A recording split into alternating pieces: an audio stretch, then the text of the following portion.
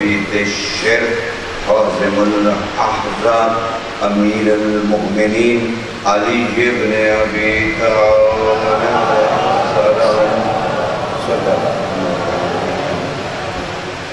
والصلاة والسلام على سيدة النساء العالمين بنت نبي الرحمة الرؤوف الرحيم الكريم والصلاة والسلام على جميع الأنبياء والمرسلين وأوصياء الرسل والصلاة والسلام على قناديل التوحيد حجج الله إلى الخلق طيبين الطاهرين المعصومين والصلاة والسلام على منتخب آل الله بقية الله حجة الله القائم الصاحب العصر والزمان.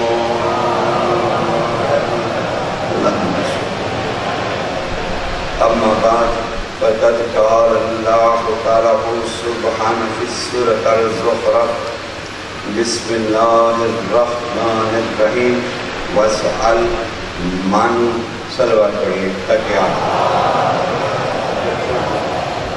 یہ بچے بٹھا دیں بچے آپ لوگ بیٹھتے ہیں بیٹا بیچ میں کھڑے ہوتے ہیں اس میں ڈسٹربنس ہوتی ہے بس صلوات پڑھیے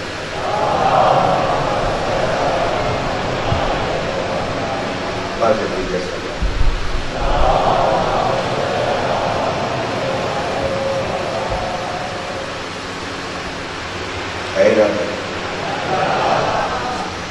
یہ تھوڑا مسئلہ ہوتا ہے کہ ایک ترتیب سے بیٹھ جائے نا تو پھر باقی پیچھے بیٹھے ہیں.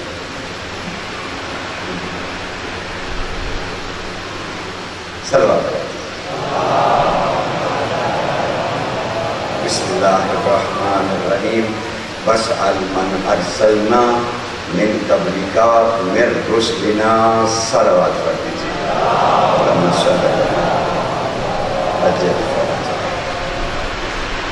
اگر شجر تن میں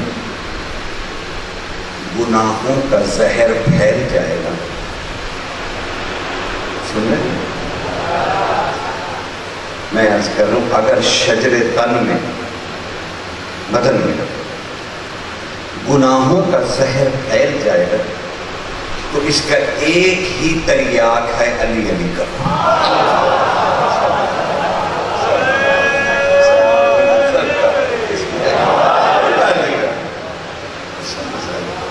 ایک ہی تریاق, ایک ہی سرکار تریاق ہے علی علی کرو.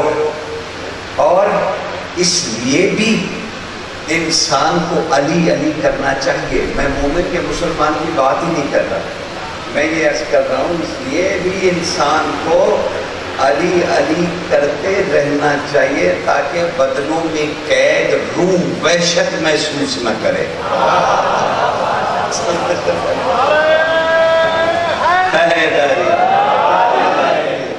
ہاں وحشت محسوس ہوتی ہے روح کو, کیونکہ روح ہے امر.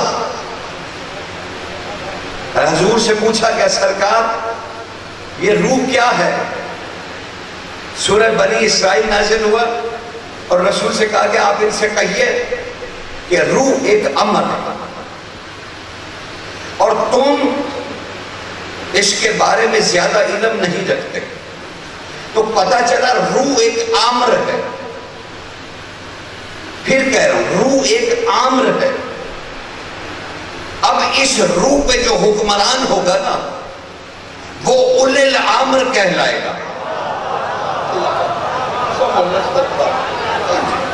وہ اولی الامر ہوگا جو آمر پہ حکومت کرتا ہے, جسے اللہ نے حاکم بنایا. اللہ نے حاکم بنایا, اللہ نے حاکم بنایا. تم علی کی حاکمیت تسلیم کرو, ہم صبح و شام ورد کریں گے. اللہ نے بنایا, بے شک اس نے بنایا, بغیر شبہ کے بنایا.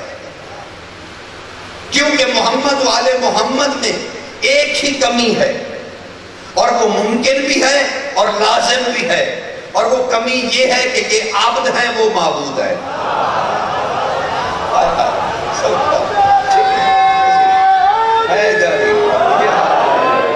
سمجھ لینا. اس لیے علی اولی الامر ہے. اب کس پہ حاکم ہے؟ روح پہ. جب یہ روح پہ حاکم ہے تو پھر اب کوئی روح زمین چھوڑ کے جا نہیں سکتی جب تک اولی الامر نہ طے کر دے، اور کوئی ادھر سے آ نہیں سکتی جب تک اولی الامر اجازت نہ دے دے. صلوات پڑھ لیجیے.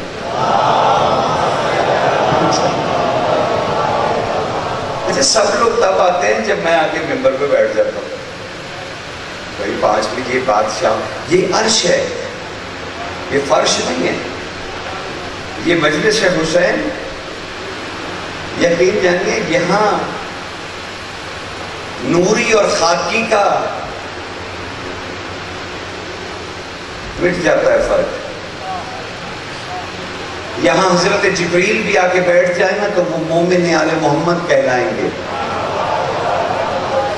سمجھ رہے؟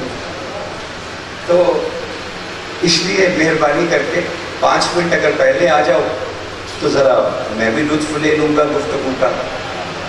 مجھے بھی تو عزت دیجیے، مجھے بھی، میں آپ کا مہمان ہوں. آپ کو چاہیے کہ آپ میرے لیے 5 منٹ پہلے آ جائیں. اس لیے میری قدر کیجیے کہ اچھا ذرا یہ بتاتا ہوں آپ کو یہ کیوں قدر کرنی ضروری ہے. اچھا، آپ واحد قوم ہیں، فرقہ نہ کام کریں اپنے آپ کو. ہم کبھی فرقہ تھے نہیں، ہم تو کبھی فرقہ تھے بھی نہیں. ہم ہی تو مسلمان، ہم ہی تو پاکستانی، ٹھیک ہے نا؟ تو ہم فرقہ نہیں ہیں. واحد ہماری قوم ہے جو اپنے علماء کو قبلہ کہتی ہے. کہتی ہے نا. اچھا، یہ ہم قبلہ کیوں کہتے ہیں؟ یہ کبھی آپ نے سوچا کہ ہم بغیر سوچے سمجھے تو ہمارا کوئی کام ہے ہی نہیں. مومن کا کیا کام ہے بغیر سوچے سمجھے کچھ کرنا؟ تو جب ہم اپنے علماء کو قبلہ کہتے ہیں تو کبھی آپ نے سوچا کہ یار ہم اپنے، آپ کہیں گے عزت کرنے کے لیے، بھائی وہ تو ٹھیک ہے لیکن قبلہ ہی کیوں کہتے ہیں؟ صاحب کہہ دیجیے. لیکن آپ نے کہا نہیں، ہم قبلہ ہی کہیں گے. کیوں؟ قبلہ سے آپ کا کیا لگاؤ ہے؟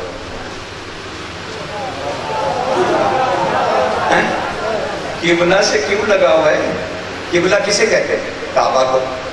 کعبہ کو قبلہ کہتے ہیں نا جی، غلط تو میں نہیں کہتا. تو آپ نے کعبہ کا لقب اپنے علماء کو کیوں دیا؟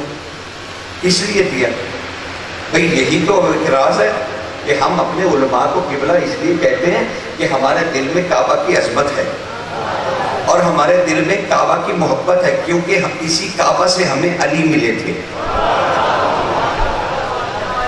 سمجھ رہے ہیں؟ کیونکہ کعبہ سے علی ملے تھے، لہذا ہم بھی اپنے علماء کو قبلہ اس لیے کہتے ہیں کہ ان سے ہمیں علی ملے گا.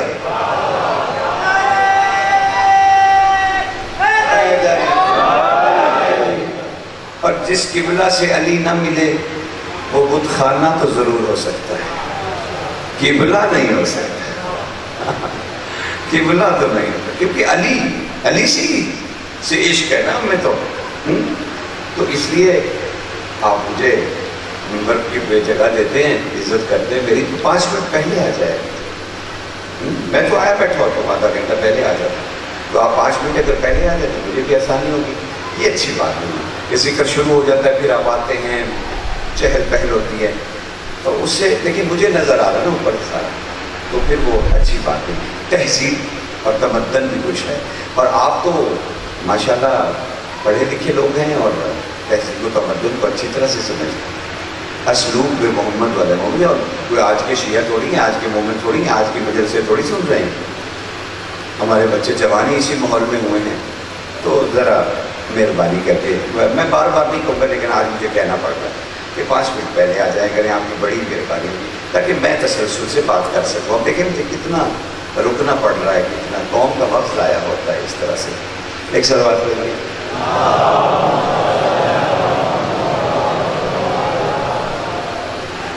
اولی الامر ہے علی، نہ اس سے پوچھے بغیر روح آ سکتی ہے نہ جا سکتی ہے. اور یہ اختیار علی کا اپنا نہیں ہے، اسے اللہ نے دیا ہے. تو تو اب کوئی گنجائش تو نہیں رہے گی نا، اللہ نے تو اب اگر کسی کو شکوہ ہے تو وہ اللہ سے کرے کہ آپ نے علی کو یہ اختیار کیوں دیا، لیکن دے دیا، نہ صرف علی کو دیا، علی کے بیٹوں کو بھی دیا۔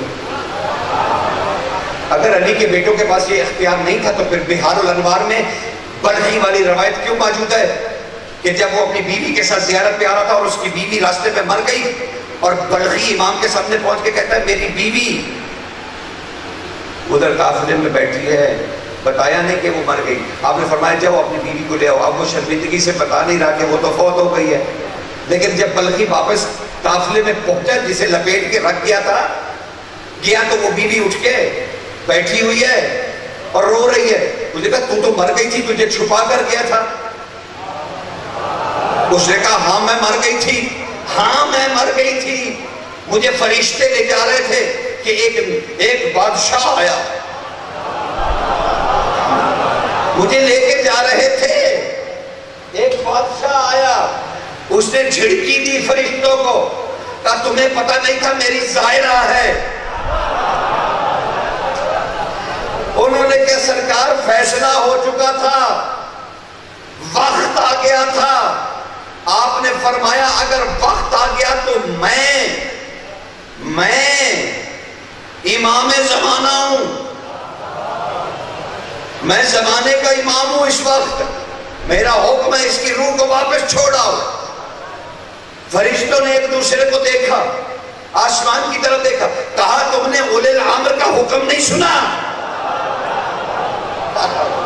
اور روح واپس آ گئی اور وہ زندہ ہو گئی۔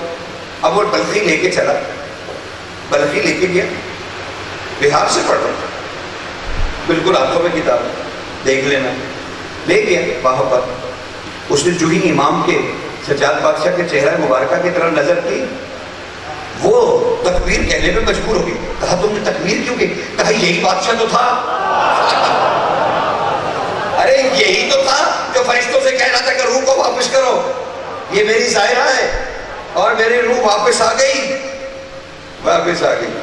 کمال ہے، پھر بھی انہیں اولی الامر نہیں مانو گے کہ یہ روحوں پر قدرت رکھتے ہیں، واپس لے آئے۔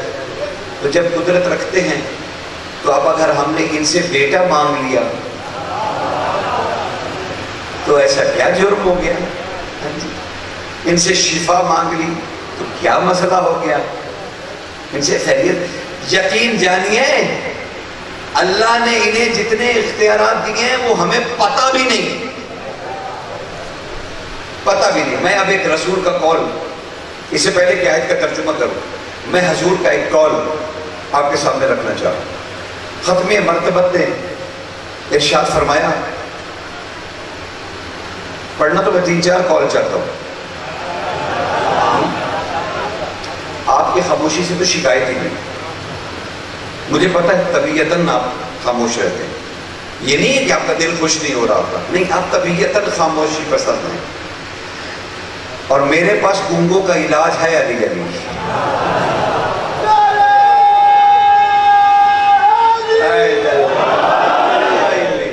دیکھا ہو گیا نا کام شروع سرکار، یہی دل میں داغ الفت حیدر کھلی نہیں، سبحان اللہ، اس کو کبھی سکون کی دولت ملی نہیں، ملی نہیں، جی بالکل ایسا۔ ہم کو تو زندگی نے یہی درد دیا ہے، اس زندگی پہ لعنت جس میں علی، کیا بات ہے حیدری، سبحان اللہ، آپ نے تو مجلس بنا دی، کیا کہنا آپ کا، مولا ہی اجر دے سکتے ہیں آپ کو۔ ہاں، اتنے خوبصورت لفظوں کی بندہ کیا قیمت دے سکتا ہے، ٹھیک ہے نا، اسی لیے کہہ رہا ہوں آپ کے پاس تو قیمت ہی آسان ہے کہ صرف علی علی کرنا ہے، باقی بولنا تو میں نے ہے، آپ نے تو قرآن ختم کر، یقین یعنی میں ساری رات تقریر کرتا رہوں گا، قرآن ختم نہیں ہوگا۔ آپ ایک دفعہ علی کہیں گے قرآن ختم، کتنا فرق ہے سرکار، کہ میں ساری رات بولتا رہوں قرآن ختم نہیں ہوگا، آپ ایک دفعہ علی کہیں گے قرآن ختم ہوگا۔ رسول اللہ مسند پہ تشریف فرما ہے اور ارشاد فرمایا، میں تو آپ کا انتظار کر رہا ہوں کہ آپ کب مجھے پڑھاتے ہیں، میں تو صرف ابھی اپنے سبق سنا رہا ہوں آپ کو، حدیثیں، کتابیں، ابھی تو آپ نے مجھے نہ پڑھایا ہے نہ میں نے پڑھا ہے، تو میں نے بھی کہا جب میزبان نہیں پڑھانا چاہتا، میزبان نہیں پڑھانا چاہتا تو مجھے کیا ضرورت ہے کہ میں ایسی زور لگاؤں؟ ٹھیک ہے، جیسے اس کو پسند ہے میں ویسے پڑھتا رہوں گا. ہاں جی، میں تو علی علی کر رہا ہوں نا، میں کون سا کسی غیر کا ذکر کر رہا ہوں؟ تو یہ آپ کے پاس بال ہے، آپ کیسے پڑھاتے ہیں؟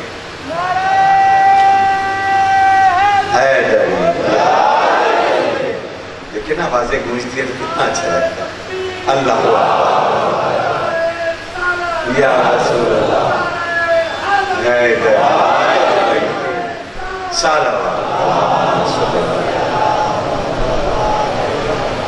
اچھا، اس حدیث سننے سے پہلے ایک اور ہدیہ کر رہا ہوں میں، اور تو سرکار کچھ پیش نہیں کر سکتا، لیکن سرکار کی ایک حدیث آپ کو ضرور جو اپنے نعرے لگوائے اس پہ ہدیہ پیش کر رہا ہوں. سرکار تشریف فرماتے اور سرکار عبداللہ بن مسعود کھڑے ہو گئے اور کہنے لگے رضی اللہ تعالیٰ عنہ، وہ کھڑے ہو گئے اور کہنے لگے یا رسول اللہ، مجھے ایک چیز بے چین کر رہی ہے، اور وہ یہ ہے کہ سرکار اگر میری زندگی، سرکار عبداللہ بن مسعود فرماتے ہیں یا رسول اللہ اگر میری زندگی اللہ اتنی بڑھا دے کہ سور اسرافیل میں کانوں سے سنوں، اتنی زندگی اللہ میری اگر بڑھا دے کہ میں سور اسرافیل اپنے کانوں سے سنوں، تو میرے مولا و آقا یا رسول اللہ کوئی اس سے بچنے کا طریقہ ہے کہ میں اس کو سن کے مر نہ جاؤں؟ سور اسرافیل جب بجے گا تو مر جائیں گے نا سب، تو کہا میں فنا نہ ہو جاؤں، کوئی ایسا فارمولہ ہے کہ میں اس کی ہیبت سے بچ جاؤں؟ مسکرا دیے رسول اور مسکرا کے کہنے لگے ہاں اے عبداللہ بن مسعود، ہے ایک طریقہ ہے کہ تم سور اسرافیل کو سنو اور زندہ رہو، بچ جاؤ، اس کی ہیبت تم پر اثر نہ کرے. کہا مولا وہ کیا ہے؟ کہا مجھ پہ اور میری آل پر درود پڑھ، تو بچ جائے گا.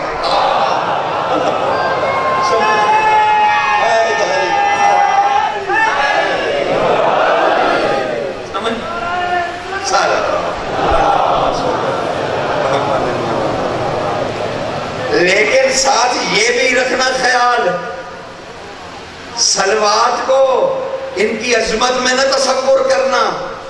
امام رضا بادشاہ تخت سے اٹھ کے نیچے اتر رہے تھے کہ امام الرشید نے کہا آپ اپنی مرضی سے دربار میں آتے ہیں، مرضی سے جاتے ہیں، ہاں آپ کر سکتے ہیں کیونکہ امت آپ پر درود جو پڑھتی ہے. سرکار رضا نے ہیبت سے پیچھے مڑ کے دیکھا اور واپس تخت کی طرف پلٹے. کہا کیا کہا مامون تم نے کہ ہماری فضیلت اس لیے کہ ہم پر قوم درود پڑھتی ہے؟ نہیں، یہ ہماری فضیلت نہیں، یہ درود کی فضیلت ہے کہ وہ ہم پہ پڑھا جاتا ہے. سمجھ رہا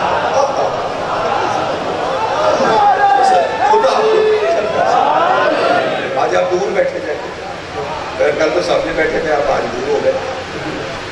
خدا آپ کو سلامت رکھے. تو اس لیے یہ بھی نہ سمجھیے گا کہ ہمارا درود انہیں کوئی عظمت دلا رہا ہے، نہیں، وہ آپ کی بخشش کے لیے ہے.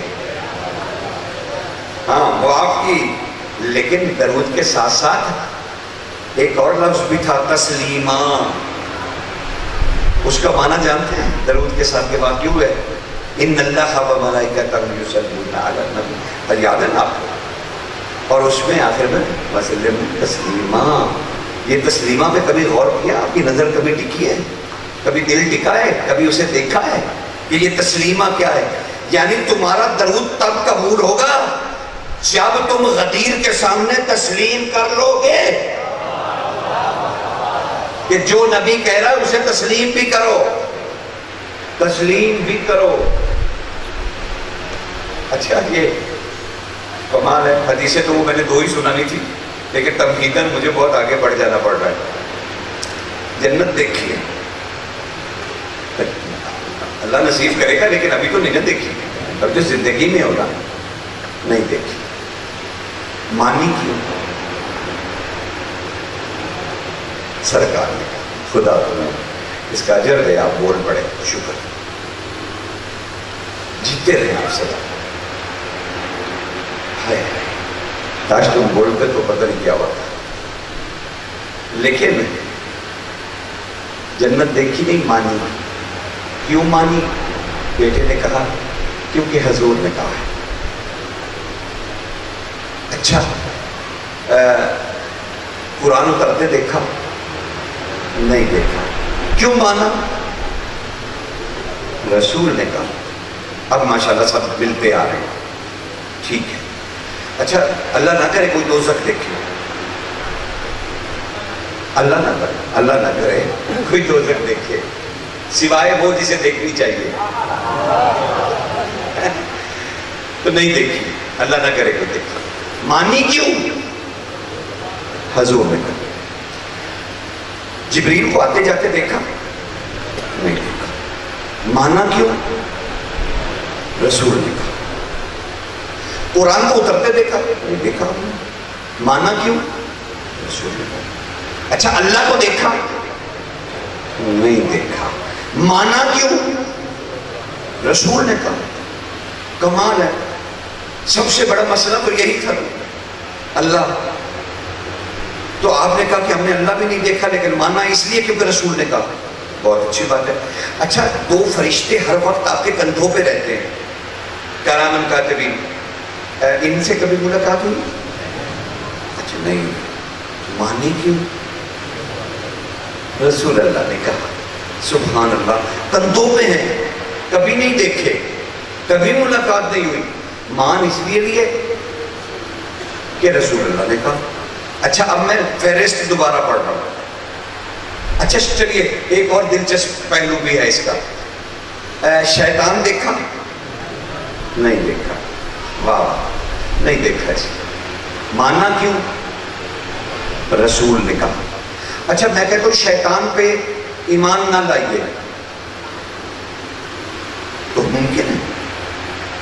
اتنی اوکھی اوکھی گلا میں کر رہی. شیطان پر ایمان لانا پڑے گا, کیونکہ 80% قرآن شیطان کے تذکرے سے بھرا ہوا ہے. شیطان کا انکار کرنے کا مطلب ہے 80% قرآن کو چھوڑ دینا. تو یعنی ہم اتنے مجبور ہیں کہ شیطان پر ایمان لانا بھی واجب. اگر نہیں لائیں گے تو کافر, یعنی شیطان پر بھی ایمان نہیں لائیں گے تو کافر ہو جائیں گے. یہاں پتہ نہیں علی کو چھوڑنے کی کوئی سزا ہی نہیں ہے. کمال ہو گیا.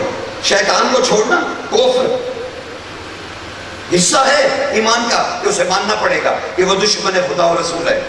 تو اب میں فہرست واپس پڑھ رہا ہوں. بھائی جنت نہیں دیکھی, مانی کیونکہ حضور نے کہی. اچھا اب میں یہ آپ سے کہوں, خدا نہ خواستہ کہ مت مانو, 1500 سال ہو گیا ہے, دنیا بدل گئی ہے, سائنس اینڈ ٹیکنالوجی نے بہت مناظر طے کر لی ہیں. تو اب چھوڑیے, کاہے کا تصور ہے جنت, چھوڑیے. جب کسی نے دیکھی نہیں, کسی نے سنی نہیں, کسی نے پائی نہیں, پتہ ہی نہیں ہے بھی کہ نہیں ہے, تو پھر آپ چھوڑ دیجئے. چھوڑ دیں گے آپ میرے کہنے پہ؟ نہیں. کیوں نہیں چھوڑیں گے؟ کیونکہ رسول نے کہا ہے. اچھا اب اگر رسول کا کہنا نہ مانا اور جنت کو نہ مانا تو کیا ہوگا؟ بھائی بولیے نا. کافر ہو جائیں گے. اچھا ہم جبریل کا انکار کر سکتے ہیں؟ نہیں کر سکتے, کیونکہ رسول نے کہا ہے اور ہم نے دیکھا نہیں. اب اس کا انکار بھی ہے کافر ہو جانا. جہنم کو دیکھا نہیں, مانا ہم نے کیونکہ رسول نے کہا. اب اس کا جہنم کا انکار بھی نہیں کر سکتے. کیوں؟ اگر انکار کریں گے تو ہم کافر ہو جائیں گے. ہم نے کرام الکاتبین کو اپنے کندھوں پر مانا, ہم نے دیکھے نہیں, کبھی ملے نہیں, لیکن ہم مان رہے ہیں کیونکہ رسول نے کہا. اب اگر رسول نے کہا ہے, اب ہم کہیں ہم نہیں مانتے کرام الکاتبین کو, تو کیا ہو جائے گا؟ ہم کافر ہو جائیں گے. یہ وہ ساری چیزیں ہیں جنہیں ہم نے دیکھا نہیں, صرف مانا ہے. اور اگر ان اندیکھی چیزوں کا انکار کر دیں تو ہم اسی وقت کافر ہو جائیں گے. تو غدیر میں جس کو اس نے اٹھا کے دکھایا تھا,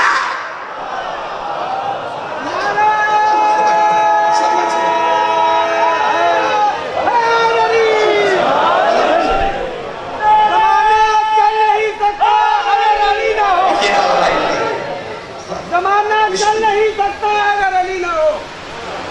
خدا نہیں ہوتا اگر مظہر چلی نہ ہو. نہ 4 یار مکمل, نہ 5 تن پورے, نبی کا نور ادھورا اگر علی نہ ہو. تو جسے اٹھا کر دکھایا,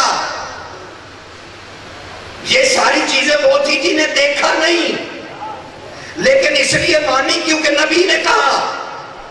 اور جسے 1.5 لاکھ کے مجمع نے اٹھا کر دکھایا کہ من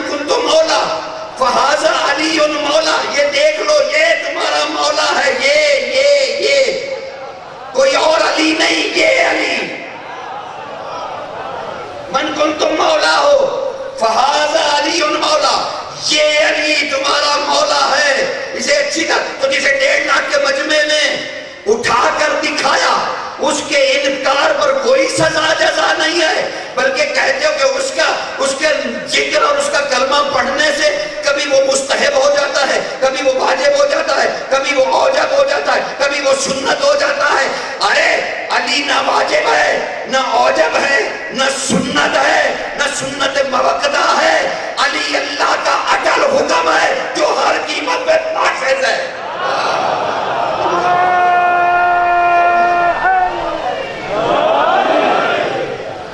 سمجھ رہے ہیں؟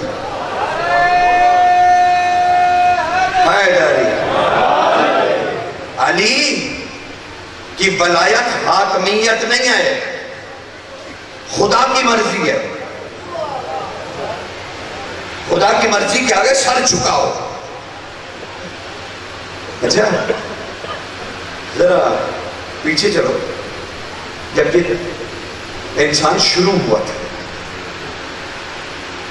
آج تک آپ کو اپنی تو سمجھ میں آئی نہیں کہ انسان خود کیا ہے. میں نے تو ابھی منطق اور فلسفہ کو چھیڑا نہیں ہے، کیونکہ مجھے ابھی یقین جانی آپ کی سمجھ نہیں آ رہی کہ کس سطح ذہن پہ جا کے آپ محمد والے محمد کو سنتے ہیں.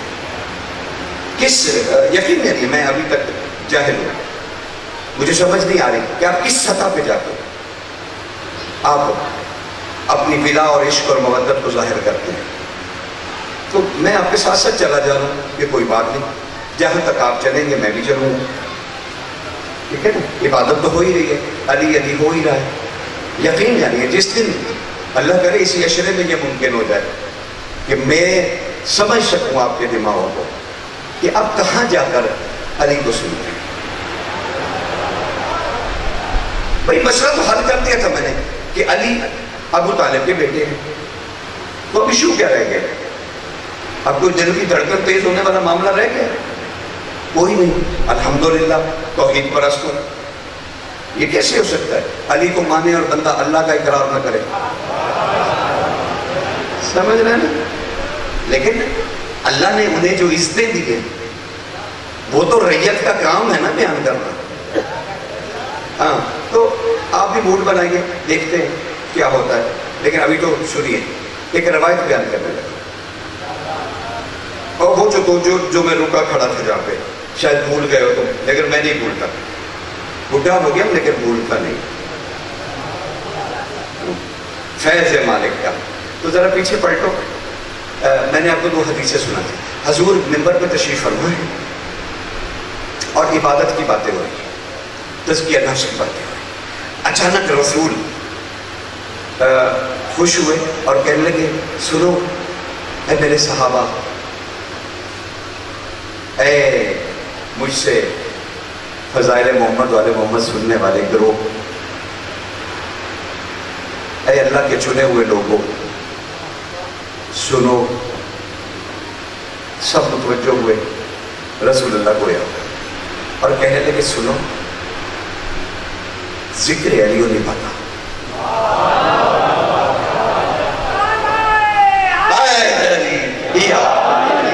سرکار آپ کی مجھے بڑی تقویت ہے خدا کی قسم.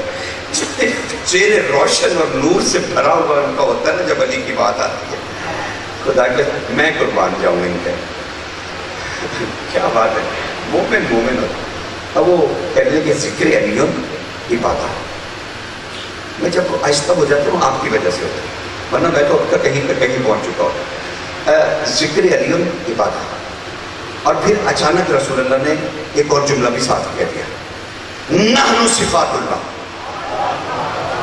ہم ہی اللہ کی صفتیں ہیں. پھر ایک اور پہلو بنا اور پھر فوراً تیسری حدیث بیان فرمائی، نحن اسماء الحسنى، ہم ہی اللہ کے اسماء ہیں، ہم ہی صفتیں ہیں، ہم ہی اسماء ہیں اور ذکر علیونی بات. یہ 3 حدیثیں اکٹھی فرمائیں رسول. ایک شخصیت اٹھی، تازہ اسلام لائے تھے، عربی تھے، وہ کھڑے ہو گئے، کہہ رہے کہ آپ نے تو کہا تھا اللہ کی عبادت کرنی ہے.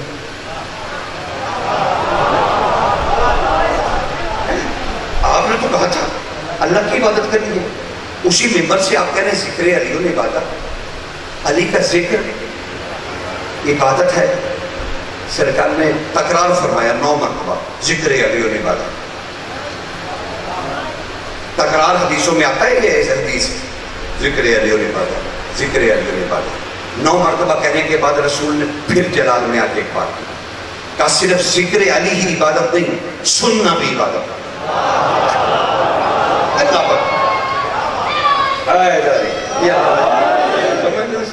گزارشت پہنچ رہی ہے. کہا صرف ذکر عبادت نہیں ہے، کرنا عبادت نہیں ہے، سننا بھی عبادت ہے. سننا بھی عبادت ہے. یہ بھی 9 مرتبہ کہا سننا عبادت ہے، سننا عبادت ہے، سننا عبادت ہے. جب رسول اتنا بولتا ہے نا تو ہیبت طاری ہو جاتی ہے، کیونکہ وہ رسول نہیں بول رہا ہوتا. ہاں خدا سلامت رکھے آپ کو. سرکار وہ رسول نہیں بول رہا ہوتا، ادھر سے ہو رہا ہوتا، مخلوق سے بات کر رہا ہوتا. ذکر علی عبادت 9 مرتبہ. سننا عبادت، کرنا عبادت، سوچنا عبادت، علی کی محبت میں سو جانا عبادت، سو جانا عبادت. یعنی عشق میں سوچتے سوچتے علی سے، بادشاہ کی باتیں کرتے کرتے سو جاؤ، سو جاؤ. یہی رکو ایک اور پہلو ہے. میں ذرا تمہیں ادھر کا بھی چکر لگوا رہا ہوں. ہاں ذرا ادھر سے بھی اس چوک سے بھی گھوم کے آتے ہیں کہ ادھر کیا ہو رہا ہے. ادھر تو جو ہو رہا ہے سو ہو رہا ہے. ذرا ادھر بھی تو دیکھے نا اس بازار میں کیا ہو رہا ہے. وہاں ایک اور معاملہ ہے علی کے بارے میں، اور بڑا ہی خوبصورت ہے. کمال ہے، کمال ہے. یقین ہے کہ لوگ علی کے معاملے میں پتہ نہیں کیوں پریشان ہے. حالانکہ پریشانی کی کوئی بات نہیں، وضاحت کر دی ہے رسول اللہ نے. اور جب رسول نے وضاحت کر دی تو گھبرانا کیا ہے بھائی؟ ہمارے نبی نے کہا کہ وہ مجھ جیسا ہے. سرگر کہا ہے نا، لحموں کا لحمی، دموں کا دمی. اور یہ بھی کہا میں علی سے ہوں، علی مجھ سے ہے. یہ سب کچھ کہا ہے نا. تو اب علی کے پاس جو کچھ ہے محمد کا ہے، محمد کے پاس جو کچھ ہے وہ علی کا ہے. یعنی فضائل میں دونوں بھائی لازم و ملزوم ہے. اچھا لفظ دیا، لازم و ملزوم ہے. یعنی جو رسول کی فضیلتیں ہم بیان کرتے ہیں وہ علی کے لیے بھی جائز ہے، جو علی کے لیے کہتے ہیں وہ رسول کے لیے بھی جائز ہے. کوئی کمی بیشی نہیں. تو اب اگر میں کہیں علی کے بارے میں شبہ کا شکار ہو جاؤں تو وہ ولایت علی میں شبہ نہیں، رسالت محمد میں شبہ ہے. سمجھ رہے نا سرکار؟ اور محمد کی رسالت میں شبہ کرنے کا مطلب ہے خدا میں شبہ. تو پھر مہربانی ہو گئی ہے، پھر سب آیا ہو گیا، پھر ممکن ہی نہیں رہا، ممکن ہی نہیں رہا. اچھا معراج میں ہے رسول نہیں. پہلے آیت، اب آیت کا ترجمہ سن لیجیے تاکہ میں محروم نہ رہ جاؤں کہ آیت کریمہ کا ترجمہ نہیں ہو پایا اور بات آگے بڑھتے ہیں. سورہ زخرف کی آیت ہے. اللہ وَاسْأَلْ مَنْ أَرْسَلْنَا مِنْ قَبْلِكَ مِنْ رُسُلِنَا. اے رسول، یہ آیت اتری ہے زمین پہ نہیں. حضور جب معراج پہ تھے نا یہ آیت تب اتری، اور تب اتری جب چوتھے آسمان پہ سارے انبیاء رسول کے استقبال کے لیے کھڑے تھے. اور سرکار باری باری مصافحہ کرتے ہوئے جب مسند پہ آئے، ممبر پہ آئے، تو یہ آیت اس وقت رسول کے قلم پر اتری.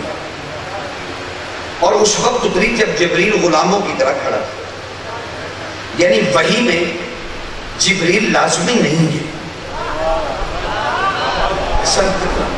جبریل لازمی نہیں ہے سرکار. نہ رسول وحی کے معاملے میں جبریل کے محتاج ہے،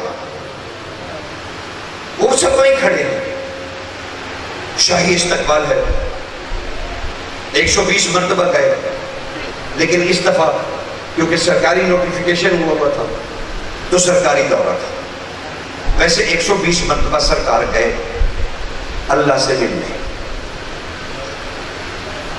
اللہ سے ملنے 120 مرتبہ، اور 119 کا نوٹیفیکیشن نہیں ہے، ایک کا ہے، لیکن وہ سند قول معصومین سے ہے۔ سرکار نبیوں کے سامنے منبر پہ تشریف فرمائیں اور کمال ہے، وہی ہوگی، اے رسول وسعال ان سے سوال کر، سوال کر، من ارسلنا من قبل من رسلنا، ان سب نبیوں سے سوال کر جو ہم نے تجھ سے پہلے بھیجے تھے، پہلے بھیجے تھے۔ رسول نے صبر کیا، تفسیر دیکھ لی، جو مرضی تفسیر اٹھا کے دیکھ لی، آج بھی چھوٹ ہے، مقبول صاحب کا، فرمان صاحب کا ترجمہ کوئی بھی کتاب اٹھا کر دیکھ لی، اس میں کیا لکھا ہوگا اس آیت کے تحت کہ حضور نے ارشاد فرمایا میں نے نبیوں سے سوال کیا۔ لوگوں نے پوچھا یا رسول اللہ آپ نے کیا پوچھا تھا؟ کہا اللہ نے مجھ سے کہا تھا ان سے پوچھ تم لوگوں کو رسالتیں کیسے ملی؟ تمہیں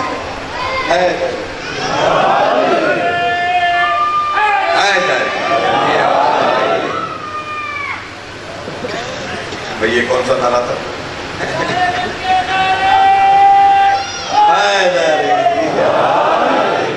خوش خوش نعرہ لگائے گی، لیکن میں تو آپ کو تکلیف بھی نہیں دیتا، کہتا بھی نہیں ہوں کہ نعرہ لگائیں، لیکن جب بھی لگائیں قرآن کو ختم کرنے کی عظمت کے ساتھ لگائیں، ایسے کھانے والی یہ نعرہ بات نہیں ہے، یہ نعرے میں بھی بات کرتا ہوں، لیکن پہلے یہ سنیں، کہا میں نے پوچھا تمہیں کیسے نبوتیں ملی؟ اللہ پوچھ رہا ہے۔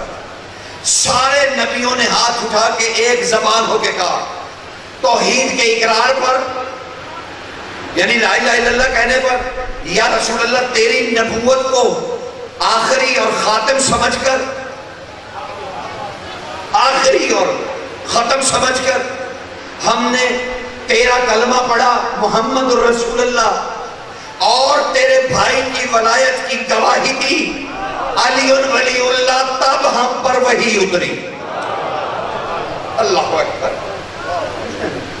اب یہ حدیث اتنی اہم ہے، اتنی مشہور ہے کہ سب کو اس کا علم ہے، کوئی بندہ اس کا انکار نہیں کر سکتا کہ یہ کیونکہ قرآن کی آیت ہے اور قرآن کی آیت کے تحت تفسیر ہے کہ ہم نے 3 گواہیوں پر یہ اللہ نے ہمیں رسالت دی، 3 گواہیوں پر، لا الہ الا اللہ محمد رسول اللہ علی ولی اللہ پر ہمیں اللہ نے رسالتیں دی۔ جب ہم نے یہ 3 گواہیاں دی تب نبوتیں ملی۔ پتہ نہیں اب ہم علی کو آگے پیچھے کر کے ثواب کیسے لینا چاہتے ہیں، یہ سمجھ سے باہر ہے، یہ سمجھ سے باہر ہے۔ مجھے کوئی غرض نہیں، جو مرضی آپ کریں، میں مکلف نہیں ہوں آپ کا، کیونکہ میں نے عرض کر دیا تھا کہ قبر میں آپ کو اکیلے جانا ہے، کوئی لٹریچر آپ کے ساتھ نہیں ہوتا، کوئی کلپ، کوئی سی ڈی آپ کے ساتھ نہیں ہوگی، اس لیے آپ کو خود ہی جواب دینے پڑیں گے۔ اور اب معراج کی اگلی روایت پڑھیں، حضور فرماتے میں جب، اور یہ قطرۃ من بحار سے سرکار آقا سید احمد مستنبت علیہ رحمہ، ان کی قطرۃ من بحار، ان میں سے دے رہا ہوں۔ سرکار معراج پہ ہیں اور میرے پاس کیونکہ وقت بھی تیزی سے ختم ہو رہا ہے اور میں چاہتا ہوں کہ کسی اہم مقام پر آپ سے علیحدگی ہو گئی۔ سرکار کہہ رہے ہیں کہ میں، دیکھ لیجئے گا قطرۃ من بحار، آیت حدیث معراج کہتے ہیں اس کو۔ رسول فرماتے ہیں میں اپنے پروردگار کے سامنے کھڑا تھا، اپنے رب کے سامنے میں کھڑا تھا کہ میرے پروردگار نے اچانک مجھ سے پوچھا او میرے محبوب، اللہ کے سامنے سرکار کہنے میں کھڑا تھا، میرے رب نے مجھ سے خطاب کیا اور مجھ سے کہا او میرے محبوب، تیرے دل میں سب سے زیادہ محبت کس کی ہے؟ اکیلا کھڑا ہے محبوب کے پاس، اور وہ کہہ رہا ہے تیرے دل میں سب سے زیادہ محبت کس کی ہے؟ سرکار فرماتے میں نے سر جھکایا اور کہا اے میرے پروردگار، میرا رب بہتر جانتا ہے۔ اس کا مطلب ہے کچھ ہے، میرا پروردگار بہتر جانتا ہے۔ چل بات کرو۔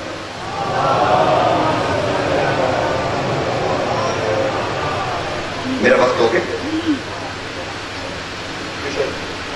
اوکے میرا وقت؟ مجھے تو پتہ نہیں چلتا۔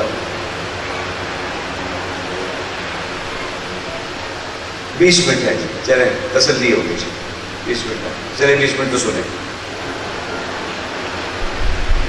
غیر اخلاقی حرکت ہوتی ہے کہ اپنے وقت سے زیادہ ہوتا ہے، دوسروں کو زحمت ہوتی ہے اس طرح سے۔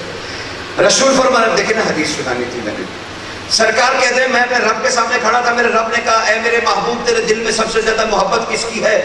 میں نے سر کو جھکا کے کہا میرا رب بہتر جانتا ہے۔ تو مجھ سے پھر اللہ نے خطاب کیا اور مجھ سے کہا نہیں، میں جانتا ہوں میرے محبوب، جانتا ہوں تیرے دل میں سب سے زیادہ محبت کس کی ہے، لیکن میرے سامنے زبان سے اقرار کر۔ اللہ اکبر،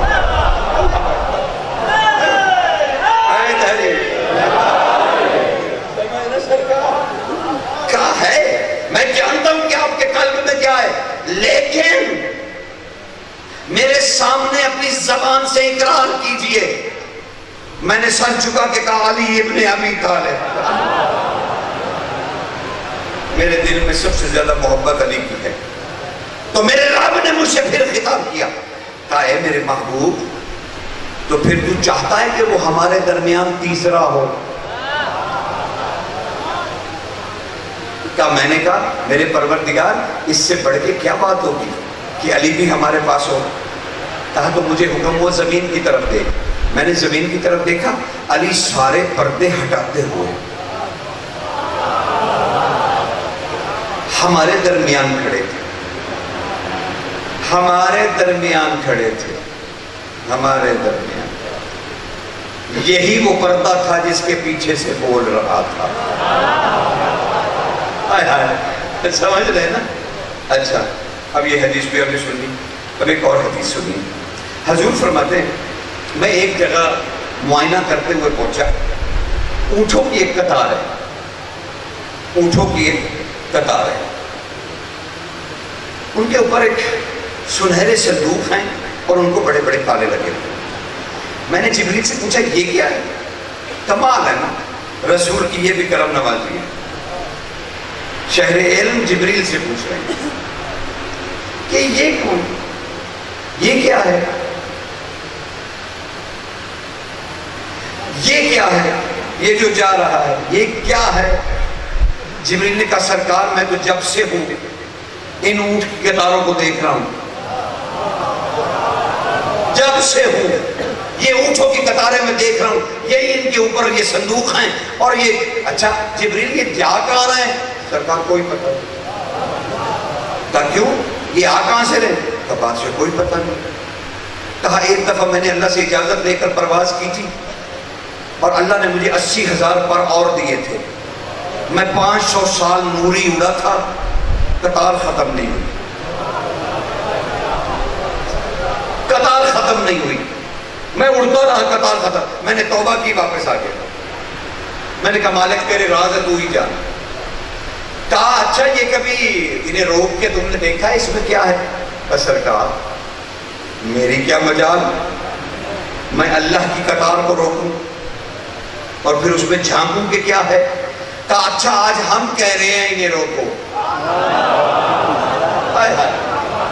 شہنشاہ کا معراج ہے، سخی کا دورہ ہے سرکاری، کہہ رہے ہیں آج ہم کہہ رہے ہیں اسے روکو۔ بس وہ آگے بڑھے، جبریل حکم پا کر قطار روکی، اونٹ رک گئے۔ پتہ نہیں اب وہ اونٹ کیا استعارہ ہے، کیا تھا وہاں پہ، اسے روکا، رک گئے۔ کہا جبریل انہیں بٹھاؤ، قطار بیٹھ گئی۔ جبریل اس تالے کو کھولو، بڑے راز کی بات بتانے لگا تمہیں، تمہاری خاموشیوں پہ تو دل نہیں تھا لیکن کیا کروں بخیل نہیں ہوں۔ اس نے کہا سرکار میرے سے یہ تالے کھلتے، میرے کو کنجی نہیں ہے،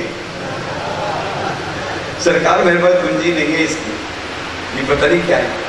کہا اچھا بند تالے میرے اسم سے کھلتے ہیں۔ ہائے ہائے ہائے، اللہ اکبر، یا رسول اللہ، حیدری صلوات کا بند تالے میرے اسم سے کھلتے ہیں۔ جبریل ہاتھ آگے کر کے ورد کر میرے نام کا۔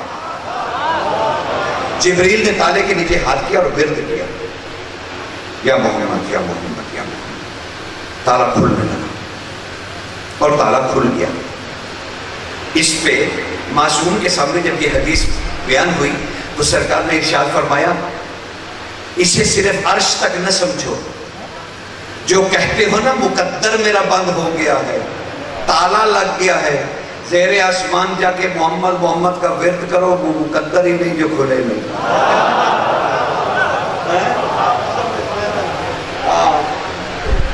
کیسا راز دے دیا، تالا کھول لے۔ جبریل نے کہا میں نے ورد کیا، تالا کھل گیا۔ سرکار آگے بڑھے، سرکار نے اس صندوق کو کھولا، ایک نور تھا جبریل کہتے ہیں جس کی ہیبت سے میری آنکھیں بند ہو رہی تھی، جبریل کی آنکھیں اس نور سے بند ہو رہی تھی۔ سرکار آگے بڑھے، سرکار نے اس باکس میں ہاتھ ڈالا صندوق میں اور ایک سنہری کتاب نکالی اور اسے کھولا، اس میں سے ایک نور نکلا۔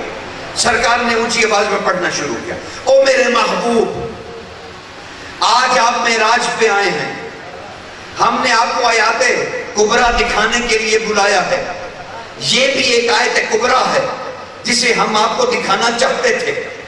آپ نے یہ جو کتاب نکالی ہے یہ جانتے ہیں کیا ہے؟ اے میرے محبوب، اس کتاب میں نے علی کے وہ فضائل اپنے دست قدرت سے خود لکھے ہیں جو مخلوق نہیں اٹھا سکتی۔ یہ سارے صندوق فضائل علی کی نورانی کتابوں سے مزین ہیں، اور یہ سارے فضائل علی میں نے تیری بیٹی زہرا کا مہر قرار دیا۔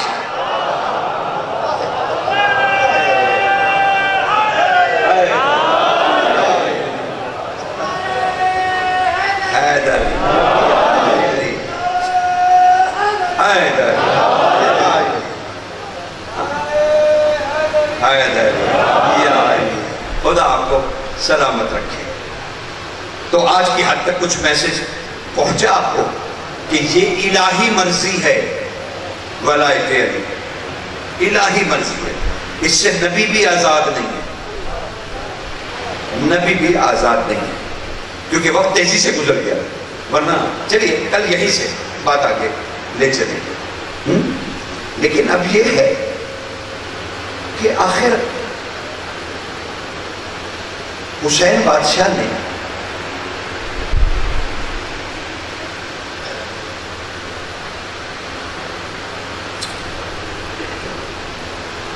آپ کے مزاجوں کا پتہ نہیں ہے، فضائل کی سخت تک آپ برداشت کرتے ہیں، اسی طرح مسائل کی بھی خبر نہیں کہ آپ کیسا سنتے ہیں۔ کیسے سننے سے مراد یہ نہیں کہ مسائل میں آپ کے پسند کا بنا لوں گا، کہنے کا مطلب یہ کہ آج آپ کے ہاں کیا پڑھا جاتا ہے یہ میرے علم میں نہیں ہے۔ پتہ نہیں شاید تیاری کرتا ہے، ہاں دیکھیں یہ اچھا شاید جی میرے پاس بیٹھے بھی رہے، میری غلطی کہ میں نے پوچھا نہیں، کیونکہ بعد میں پڑھیں گے صاحبان، خدا اللہ سلامت سب کو رکھے، جو وہ آپ سے مسائل میں ضرور پڑھیں گے۔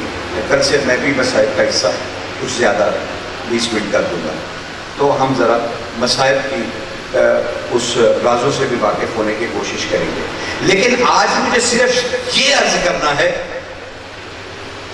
کہ 28 رجب کو حسین نے سفر کی تیاری کی، ٹھیک ہے، 28 سفر کو روانہ ہوئے، 3 شعبان کو حسین مکہ پہنچ گئے۔ 3 شعبان کو مکہ پہنچ کر حسین بادشاہ وہاں کتنا عرصہ رہے؟ شعبان سارا، رمضان، شوال، ذی القعدہ اور 8 ذی الحج۔ 4 مہینے کم و بیش 4 مہینے مکہ میں تشریف رکھی مدینہ چھوڑ کر. کبھی آپ نے ان 4 مہینوں کا کھوج لگایا ہے کہ ان 4 مہینوں میں حسین جیسی ہستی مکہ میں بیٹھ کر کیا کرتی رہی؟ کیا کہا وہاں پر؟ کبھی اس قوم نے ڈھونڈنا چاہا؟ باتیں تو بڑی بڑی ہم کرتے ہیں. وقت کا امام تھا حسین اس وقت. آپ نے اس وقت کے امام کو کھوجا. آپ نے 10 محرم کے 10 دن تو یاد ہیں، لیکن کیا یہ بھی کبھی سوچا کہ وہ 4 مہینے جو اللہ کے گھر میں حسین نے گزارے، کیا وہ خیموں میں گزارے؟ کہاں پھر رہے 4 مہینے؟ بنی ہاشم خاندان آدھے سے زیادہ حسین کے ساتھ تھا. علی کی بہویں تھی، علی کی بیٹیاں تھی، یہ سب لوگ کہاں ٹھہرے؟ یہ اپنی نانی مالکہ تجار کے محل میں ٹھہرے. جب تاریخ سے دلچسپی نہیں ہے تو اعتراض پر آیا. اعتراض بڑا شوق ہے آپ کو. یہ کیسی قوم ہے؟ یہ کلمہ پڑھنے والے کیسے ہیں؟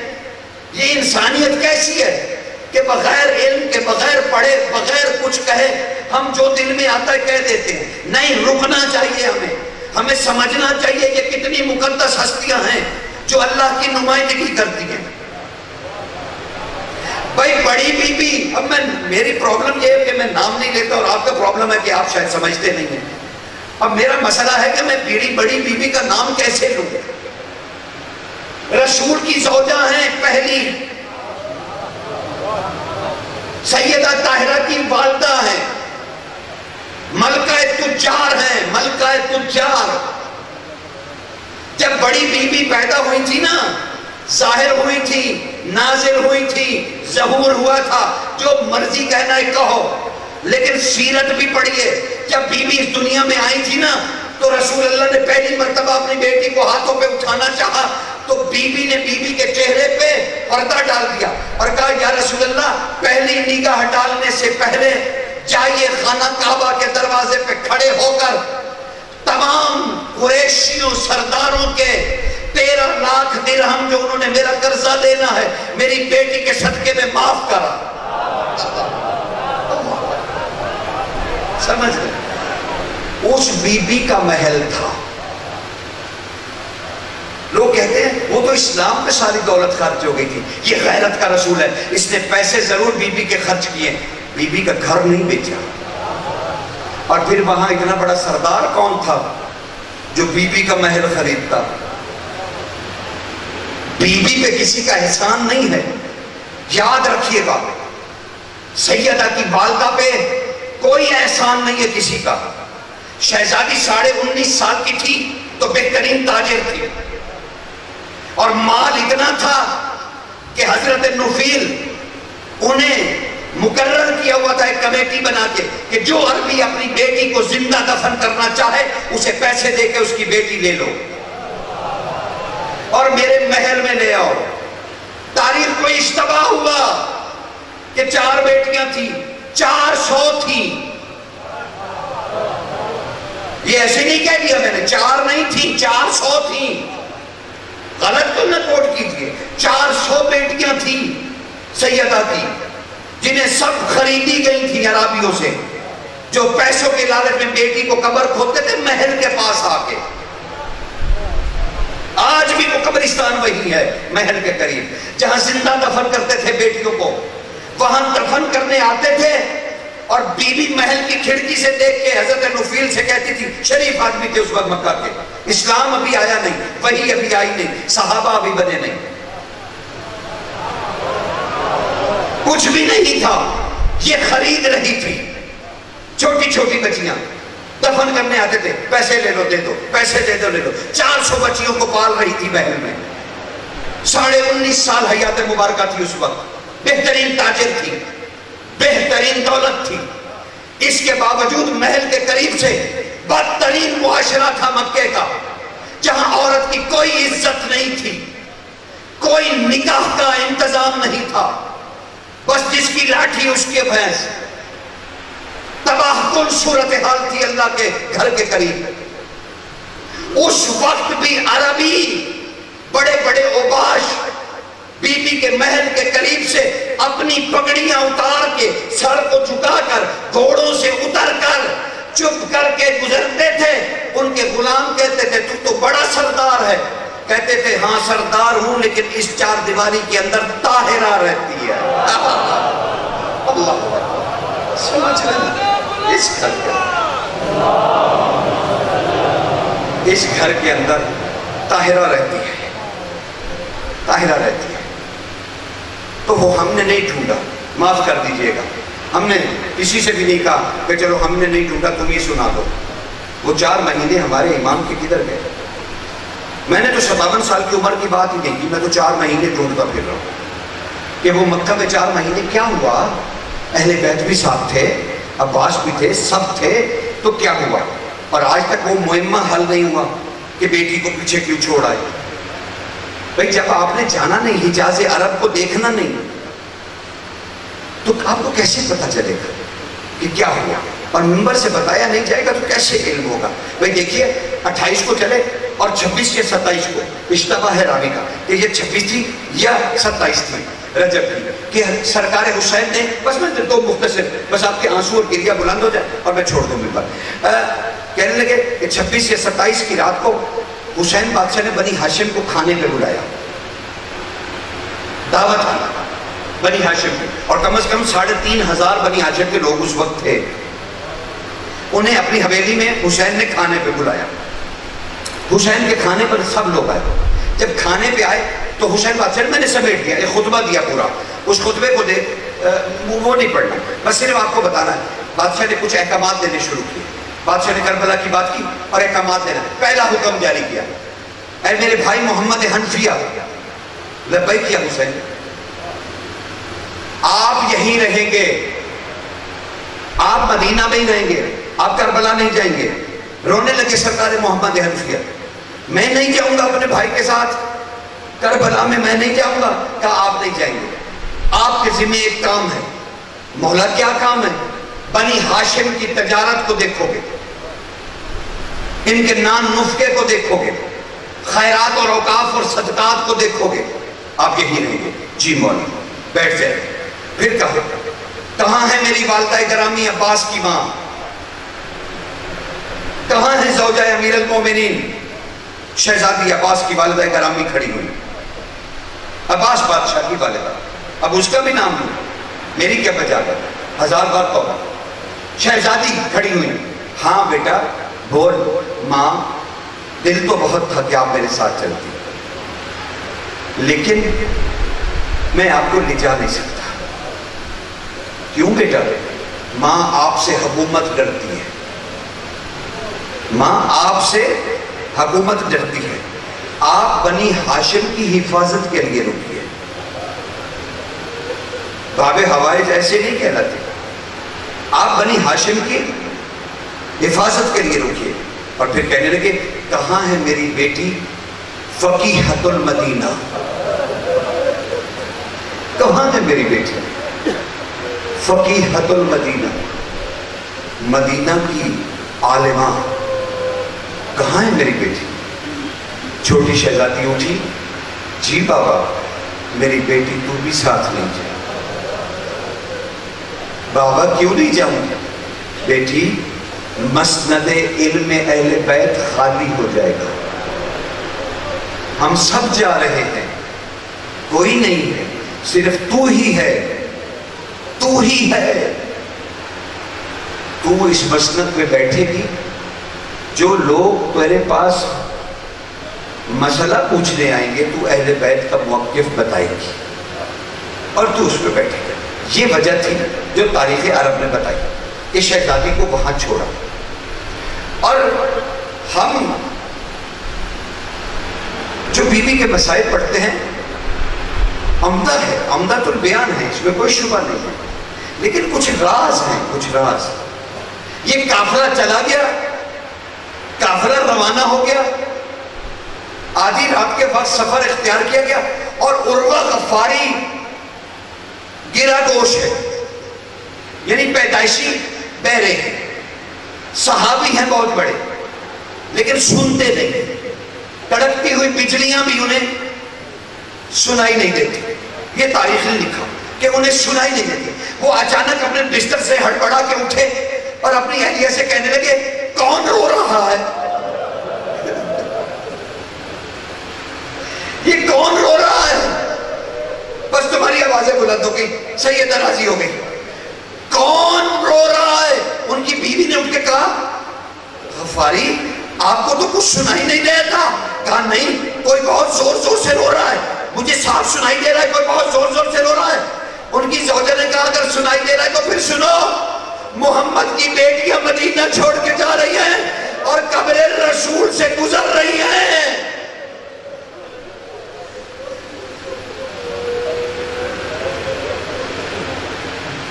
سن رہے ہیں؟ سن رہے ہیں؟ اب اس بی بی نے کربلا کے لیے ایک خط لکھا اور حسین حجت تھے. حسین نے ایک ملک نے آکے، ایک فرشتے نے آکے حسین سے کہا مالک وقت کے امام کوئی حکم میرے لائق. کہا جلدی سے بھیس بدل، مدینے پہنچ، میری بیٹی نے میرے نام ایک خط لکھا، اسے فوراً لیا اور میں جس حالت میں ہوں خط پہنچا. اجازت مل گئی. فرشتہ نے روح دھارا، ایک قافلے کا فرد بنا، مدینے پہنچا. بس ایک لمحہ مجھے دے دو. مدینے پہنچا، صدائیں دیتا پھر رہا ہے، کسی نے کوئی پیغام بھیجنا ہو میں کوفے جا رہا ہوں. شہزادی نے یہ سنا، جلدی سے اپنے حجرے میں گئی، لکھا ہوا خط اٹھایا، لپیٹا، کپڑے میں باندھا. کنیز کو کہا جا یہ جو صدا دے رہا نا اسے کہے میرے بابا حسین اسی طرف گئے ہیں، جہاں انہیں حسین ملے میرا خط دے دے. فرشتے نے وہ خط لیا، ماتھے سے لگایا، پرواز کی. حکم تھا جس حالت میں بھی میں ہوں خط مجھے پہنچانا. ہجوم تھا حسین پر، ہجوم تھا. دو زانو ہو کے کسی پر جھکا بیٹھا تھا اور اس سے پوچھ رہا تھا تیری برچھی نکال دوں کہ فرشتہ پہنچ گیا. فرشتے نے سر جھکا کے کہا مالک میں مداخلت نہ کرتا مقتل میں، لیکن آپ نے امر فرمایا تھا کہ میرا خط جو بھی ہو لے کر آنا اور جس حالت میں ہوں مجھے دے دینا. مالک آپ کی بیٹی نے یہ خط بھیجا. اسی وقت سر سینے سے لگایا اکبر کا. جلدی سے حسین نے گٹھڑی کھولی، خط نکالا. خط نکال کے کہا اکبر سناؤں؟ اکبر کی آنکھیں صاف کی خون سے. بابا سنائیے میری بہن نے کیا لکھا ہے. اوپر لکھا ہوا تھا فقیہ من فقیہت المدینہ، مدینہ کی فقیہ کی طرف سے حجت خدا حسین کے نام.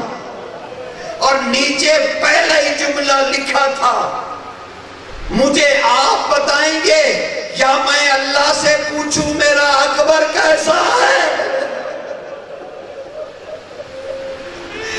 بس جملے کی برکت اور تبرک ایسا تھا کہ اللہ نے درمیان سے سارے پردے ہٹا دیے. بیٹھی تھی سر جھکا کے کہ پردے ہٹ گئے. دیکھا تو بھائی سینے سے لگائے لہو لہان خط پڑھا جا رہا ہے اور حسین جواب میں کہہ رہے تھے بیٹی کیا بتاؤں اکبر کس حال میں ہے.